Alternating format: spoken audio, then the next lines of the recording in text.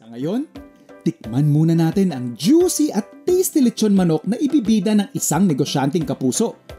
So eto na guys, isasalang na po natin ang ating raw chicken na magiging papadudot lechon manok in few minutes. Okay?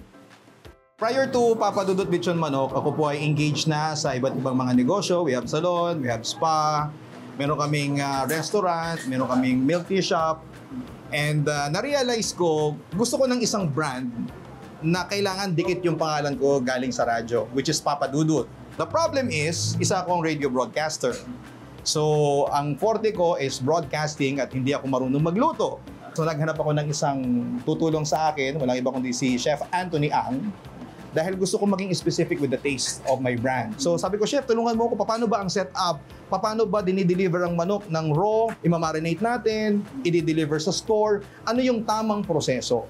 Gusto ko nang makatikim ang mga Pilipino ng klase ng lechong manok na malinis at masarap. Alam nyo, yung logo, kulay, itsura ng packaging, isa po ako sa mga talagang abalang-abala sa pagbubuo niyan at pagkukonsepto, yellow, red, and even yung packaging, kung makikita nyo po, hindi naman sa pag-aangat, pero ang gwapo ng endorser. Ako po yun. Joke lang, joke lang. So nagtitipid ako, walang budget. And aside from Papa Dudut Lechon Manok, marami din kami mga kinikerry ng mga brand. We have Crispy Pata, meron kaming sisig, meron kaming gem fruit soda, pinangalan ko kay Mrs.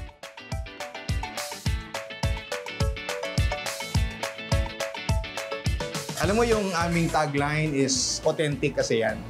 Ito yung lumabas sa bibig ko nung natikman ko yung Papa Dudut Lechon Manok. Iba ang lasa, iba ang sarap.